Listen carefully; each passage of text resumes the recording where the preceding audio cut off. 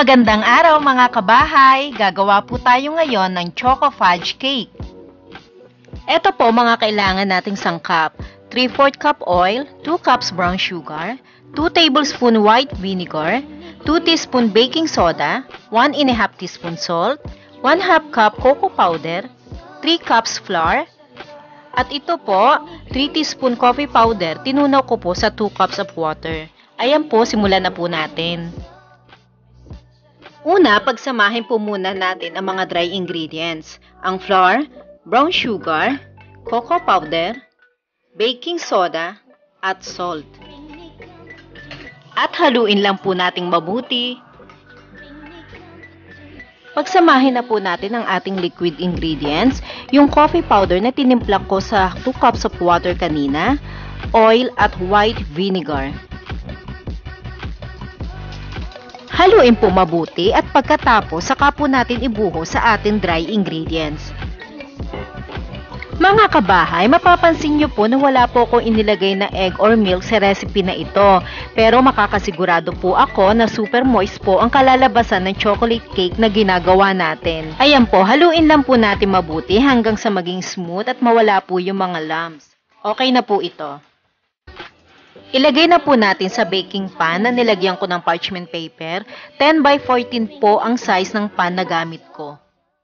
Alam niyo po mga kabahay, isa ito sa mga chocolate cake recipe na favorite ko. Bukod sa masarap talaga, napakasimple at napakadali pang gawin. I-tap po natin ng 2 beses para mawala po yung natrap na hangin sa loob at pagkatapos i-bake na po natin sa preheated oven 300 degrees Fahrenheit for 25 to 30 minutes. Para naman po sa ating chocolate sauce, ito po ang kailangan nating sangkap. 1/2 can evaporated milk, 3/4 cup cocoa powder, 6 tablespoon butter, 1/2 teaspoon coffee powder, 3 tablespoon flour, and 3/4 cup white sugar. Paghalo-haluin lang po natin ang milk, white sugar, flour, coffee powder, at cocoa powder. Haluin po nating mabuti hanggang sa matunaw yung mga powder na inilagay natin. At pagkatapos po, salain po natin ng 2 beses para mawala yung mga buo-buo at ganun na din po para maging makinis habang niluluto. Isa lang po natin sa mahinang apoy, halu-haluin hanggang sa lumapot at saka po natin ilagay ang butter.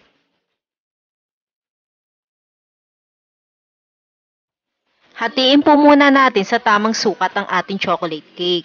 Ang gamit ko po na clear back dito ay 4.5 by 4.5 inches ang size. Pero pwede ho kayong gumamit ng any container o lalagyan na gusto ninyo. Mapaliit man yan o mapalaki.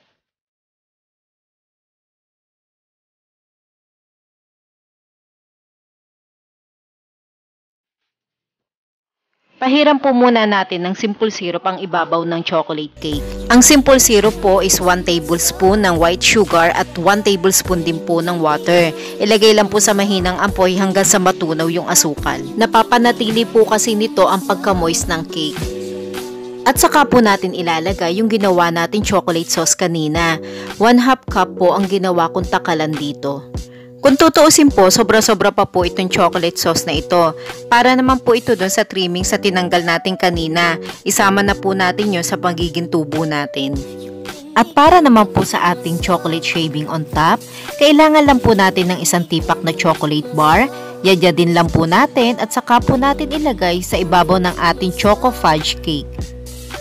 Dark chocolate po ang gamit ko, pero any available naman po na chocolate na meron kayo, pwede nyo naman po ilagay dito. Eto na po ang ating choco fudge cake. 6 na piraso po ang nagawa ko sa recipe na ito. Sa kwenta ko po, umabot ng 269.50 pesos ang total cost. Kasama na po ang pagod, electricity at gas na ginamit ko. Ibig sabihin po, papatak lang ng halos 50 pesos ang bawat isa. Pwede ko po ito benta ng 90 pesos hanggang 100 pesos dito po sa lugar namin. Tandaan lang po natin na ang presyo po ay nakabase pa rin sa mga ingredients na ginagamit natin. Magandang umaga po mga kabahay. Ito po, kalalabas lang po nito sa ref. Ito po yung ginawa ko kahapon. Titikman ko po ito ngayon. Gusto ko po kasi ay medyo malamig. At saka gusto ko ho talaga na ay isang arawan yung aking ginagawa saka ko tinitikman.